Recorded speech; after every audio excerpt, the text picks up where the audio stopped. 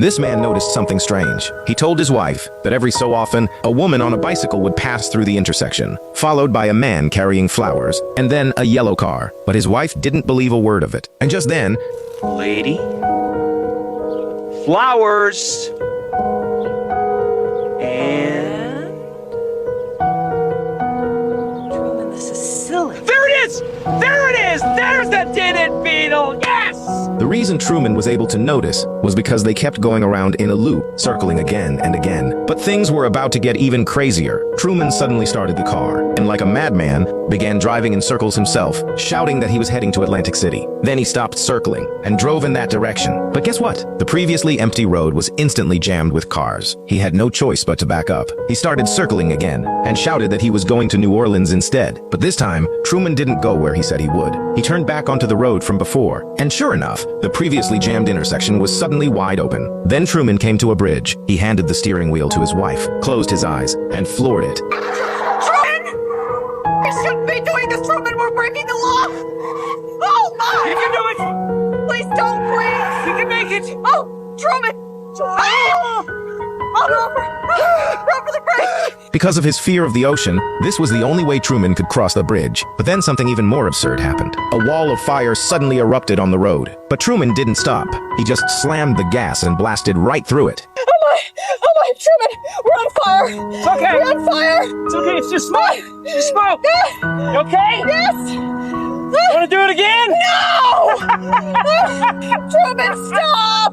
Afterwards, his terrified wife gradually calmed down. But just then, sirens started blaring up ahead, and the road was completely blocked off. When Truman pulled up, a cop told him there'd been a toxic leak up ahead, and ordered them to evacuate immediately. Truman bought it at first, but as he was leaving, the cop accidentally called him by name, even though they'd supposedly never met before. That's when it hit Truman. Everything around him was fake. He'd been played like a fool for 30 whole years. From the day he was born, Truman had been broadcast live 24/7, all because a director wanted to make a reality show. 1.7 billion people watched him take his first steps. 220 countries watched him grow up. Truman lived on a place called Sea Haven Island. On the surface, it looked like a perfectly normal town, but in reality, it was a massive studio set, so enormous, it's hard to even imagine. In the Truman Show, aside from Truman himself, everyone else was an actor. Thousands of cameras recorded every moment of his life, and the show had never once gone off the air. Every morning when he left the house, Truman would greet his neighbor. Oh, and in case I don't see you, good afternoon, good evening, and good night. Then, just as Truman was heading to work, something fell out of the sky. Truman nearly jumped out of his skin. When he went to check it out, he realized it was a studio light. He was completely baffled, wondering why on earth that thing fell from the sky. Later, while driving, a news bulletin came over the radio. Moments ago, a plane flying over Sea Haven had malfunctioned and shed a part. Hearing that, Truman didn't think much of it. Every day before work, he'd pick up a fashion magazine for his wife, and every time he walked past this spot, a pair of twin old men would show up, greet Truman, and then pin him against the wall to plug a product. Truman was an insurance salesman, but every day at work, he'd secretly make a phone call to the Fiji Islands Directory Service, looking for a woman named Lauren. But every time, he was told no such person existed. And that fashion magazine, it wasn't really for his wife. After making sure no one was around, Truman would fake a cough and quickly rip out the model's eyes from the pictures. It was his little secret. Then his boss assigned him to go to a nearby island to close an insurance deal. But when he heard this, Truman immediately resisted, coming up with every excuse not to go, until his boss threatened him, "If you don't go, you might get fired." So Truman reluctantly went to the dock to buy a ticket. He tried to play it cool as he approached the boat, but when he spotted a half-sunken boat in the water, his legs turned to jelly, and he couldn't take another step. Because of his fear of the ocean, Truman had no choice but to give up the deal. Instead, he stayed home trimming the hedges. But just then, his wife came back from grocery shopping and immediately launched into a product pitch. It's a chef's pal. It's a dicer, grater, peeler, all in one. Never need sharpening, dishwasher safe. That's amazing! And besides his wife, there was someone else awkwardly plugging products too. That is a beer. That was Marlon, Truman's best friend. The two of them would often hang out and drink beer, sharing what was on their minds. And Truman's biggest dream was to leave this place and travel to the other side of the world, Fiji. Later, Truman sat alone by the sea, lost in thought. He remembered a time he went sailing with his dad as a kid. Because young Truman didn't want to head back, a sudden storm hit and his father was swept overboard. He didn't survive. That's why Truman was so terrified of the ocean. Just then, rain suddenly poured down from above. But strangely, the rain only fell on Truman. Wherever he went, it followed.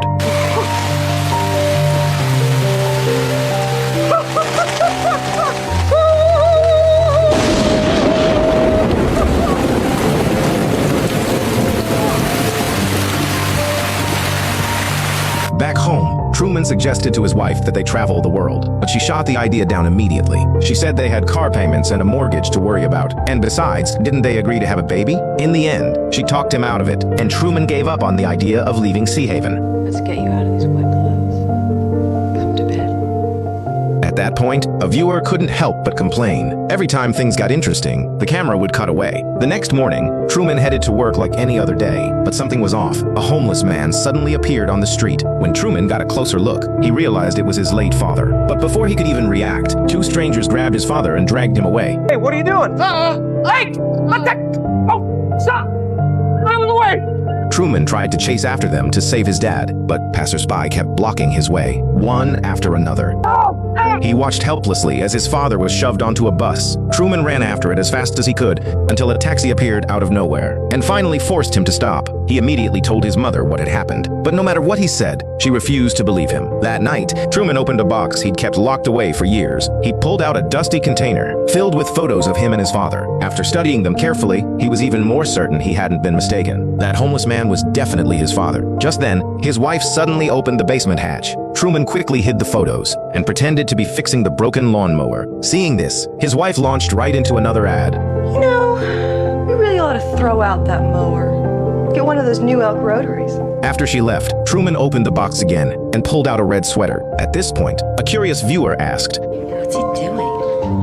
See, they got rid of her, but they couldn't erase the memory. Since some newer viewers might be confused, the show aired a quick recap. It turned out that the actress the viewer mentioned was Lauren, the first love Truman had been searching for all along. The first time Truman saw Lauren in college, it was love at first sight. But then his future wife suddenly appeared out of nowhere. She pretended to twist her ankle and threw her arms around Truman, quickly striking up a conversation. And before he knew it, Lauren had vanished. But later, they bumped into each other at the library. So Truman asked Lauren out on a date. But instead of saying yes, Lauren secretly whispered to Truman that they couldn't talk there. She let him pass the cameras, and the two of them sprinted away. But even so, they were still tracked down. Eventually, they made it to the beach, where Truman shared his very first on-screen kiss. But right then, a car suddenly pulled up. Because Lauren had developed real feelings for Truman, she couldn't bear to keep lying to him. So she tried to tell him the truth. Everybody knows that everything you do, that they're pretending, Truman. Do you understand? Everybody's pretending. I don't know. But before she could finish, a man claiming to be her father dragged her away by force. Truman stood there stunned, with no idea what was going on.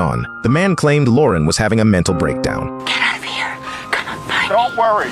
We're going to See you in Fiji. school. Fiji. We're moving to Fiji. Fiji. After that day, Lauren disappeared completely. All she left behind was that red sweater. Under the director's arrangement, Truman ended up marrying a woman he didn't love. And the reason he'd been tearing out models' eyes from magazines was to piece together a picture of Lauren. Meanwhile, Lauren was watching all of this from her TV. She was moved to tears. But after all these years, Truman still hadn't figured out what Lauren had tried to tell him, until one day on his way to work, when suddenly, his car radio glitched out. And what it was broadcasting was a play-by-play of his every move. Okay, he's making his turn onto Lancaster Square. Oh my God! He nearly acknowledged. Something wrong. Change frequencies. For a split second, everyone froze because of the piercing noise. 2 seconds later, everything went back to normal. Right away, the radio station scrambled to explain they'd accidentally picked up a police frequency, hoping to fool Truman. But this time, he wasn't buying it so easily. Instead of going to work like usual, Truman wandered around the streets, secretly observing the people around him. And sure enough, something was off. Every single person seemed to show up at the exact same spot every day. Same with the cars. And someone was clearly following him. So Truman started running around randomly. He dashed into an office building he'd never been to before. But when he stepped into the elevator, he found it was actually a break room. Seeing things going sideways, 2 security guards quickly ushered Truman out. Truman bolted, but a nearby construction worker didn't react at all. It was so bizarre that Truman started questioning his entire reality, and it only strengthened his resolve to escape. That evening, the director sent Truman's mother over to visit. She pressured the couple to have a baby soon. The whole point was to tie Truman down for good. But later, while flipping through his wedding photos, Truman noticed something shocking. His wife had her fingers crossed. That's the gesture people make when they're lying. A silent plea for God's forgiveness. It meant their entire marriage was a sham. The next day, Truman tried to have a serious talk with his wife, but she seemed completely flustered, rushing to get ready for work, saying she had a major surgery to perform. Something about it felt wrong to Truman. So after she left, he followed her. But the moment he got to the hospital, a nurse stopped him. No matter what he said, she wouldn't let him see his wife. So Truman asked the nurse to pass along a message and turned to leave. But that was just a fake out. Once the nurse walked away, he quietly followed her. But right then, a bunch of patients in wheelchairs came barreling toward him, as if trying to block his path. Luckily, Truman was quick on his feet and dodged them. But then, an orderly appeared, pushing a cart, swaying back and forth, blocking his way at every turn. Here, let me help you. Finally, Truman made it to the operating room where his wife was supposed to be. But what he saw next nearly made his jaw hit the floor. Just as the surgeon was about to cut, the unconscious patient suddenly woke up. But before he could enjoy the rest of this little show, security dragged Truman out. After that, he packed his bags and went to a travel agency to buy a ticket to Fiji. But the agent told him there were no flights available for a month because it was peak season. But obviously, this was all the director's doing. Even so, Truman refused to give up on Fiji. He just switched to a different mode of transportation. After buying a ticket, he excitedly hopped on a bus. But the driver pretended the engine wouldn't start and deliberately made the bus spew out smoke. Everybody off. We've got a problem. With that, everyone got off the bus like NPCs, without a single complaint. Truman was the only one left standing there, dumbfounded. Later, when his wife got home from work, Truman told her about all the weird things he'd experienced. Then he decided to drive off Sea Haven Island. Along the way, they ran into obstacle after obstacle, but Truman refused to stop. He knew all of it was fake, and he was determined to escape no matter what. But they were outnumbered, and the attempt ended in failure. It wasn't until late that night that the police brought Truman back home. He turned to his wife and asked why she wanted to have a baby with him. You can't stand me. That's not true. After answering, his wife turned away. Then she grabbed a can of cocoa powder and started rattling off another random ad. What the hell are you talking about? Who are you talking to? I've tasted other cocos. This is the best. What the hell does this have to do with anything? Tell me what's happening! That outburst terrified his wife to her core. Fearing for her safety, she frantically grabbed a kitchen gadget nearby to defend herself. But Truman snatched it right out of her hands. Joyce!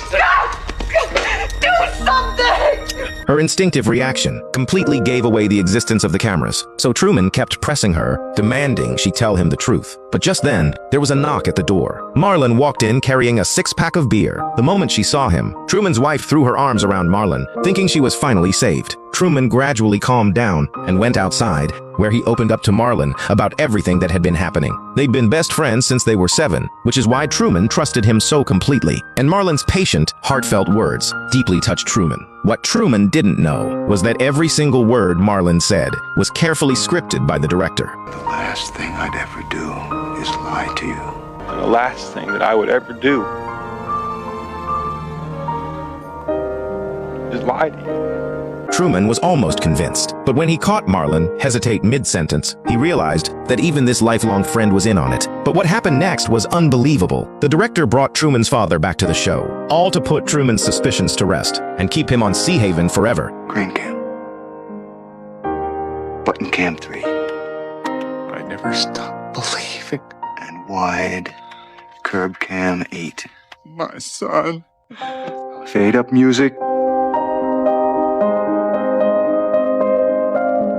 Under the director's guidance, this emotional father-son reunion not only sent ratings through the roof, but also diffused the crisis. Originally, the director hadn't planned for the father's death, but because Truman's dream was to be an explorer, the director arranged for his father to be lost at sea, to do whatever it took to keep Truman from ever leaving. But this storyline didn't sit well with the actor playing the father, so he kept trying to sneak back onto set in every way he could until Truman finally spotted him. But no matter, the director solved both problems in one move. After a good night's sleep, Truman went back to his normal routine the next day. In fact, he seemed even more upbeat than before, cheerfully greeting his neighbor, even playing along with the twin old men's product plugs. Then he headed to work. Since the previous wife had been let go, the director set him up with a new partner. On the surface, it looked like Truman had accepted everything, but deep down, he'd already worked out his escape plan. That night, the crew was monitoring Truman as usual, but then the director got a bad feeling. Truman wasn't sleeping in his bedroom. He was in the basement. They could hear snoring, but something didn't feel right. So the director pulled up the playback, and sure enough, something was off.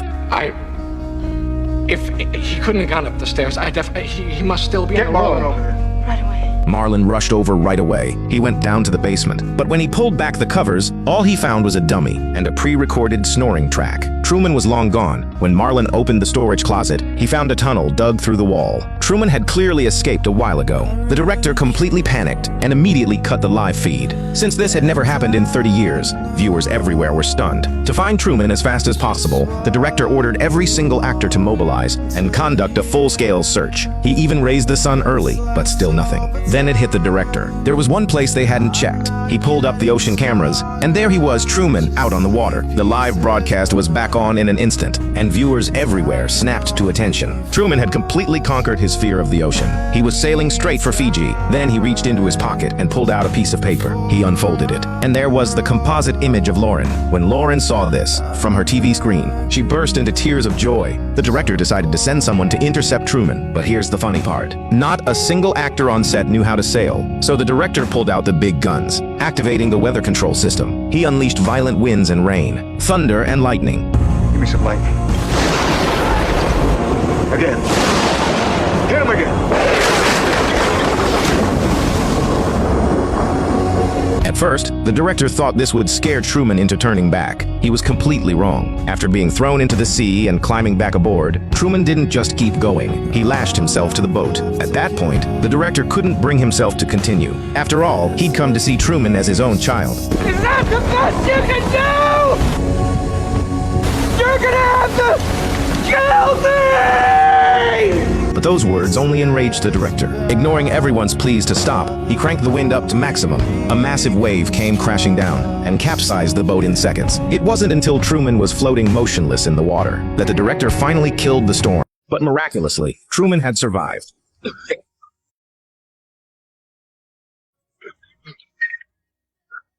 With the last bit of strength he had, he raised the sail. His relentless determination and sheer willpower won over every single person on the crew. Once the waters calmed, Truman kept sailing toward Fiji, savoring the taste of freedom. But before long, the bow of his boat pierced straight into the blue sky.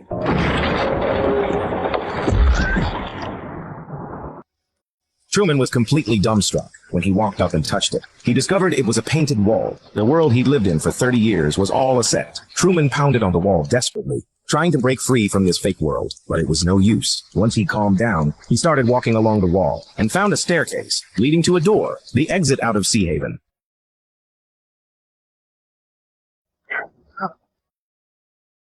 I speak. Who are you? The director explained that this was a TV show that had brought hope and joy to countless people, and Truman was its star. Sure, everything around him was fake, but he was real. That's why so many people tuned in to watch. Listen to me, Truman. There's no more truth out there than there is in the world I think. It's deceit. But in my world, you have nothing. In that moment, the director sounded like a loving father, calmly trying to persuade Truman to stay. He even walked him through every memory, everything that had happened here since childhood. You can't leave, Truman. You belong here. With me. When Truman didn't respond, the director started to panic. He urged Truman to say something. After all, the whole world was watching live, millions of eyes glued to their screens.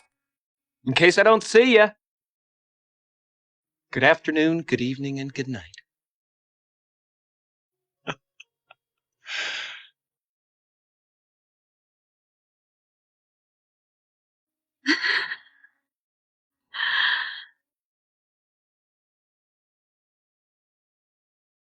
In the end, Truman chose to break free. He stepped bravely through that dark doorway to find his beloved Lauren. In that moment, audiences around the world cheered for Truman, celebrating his freedom. And the Truman Show, 30 years in the making, finally came to an end.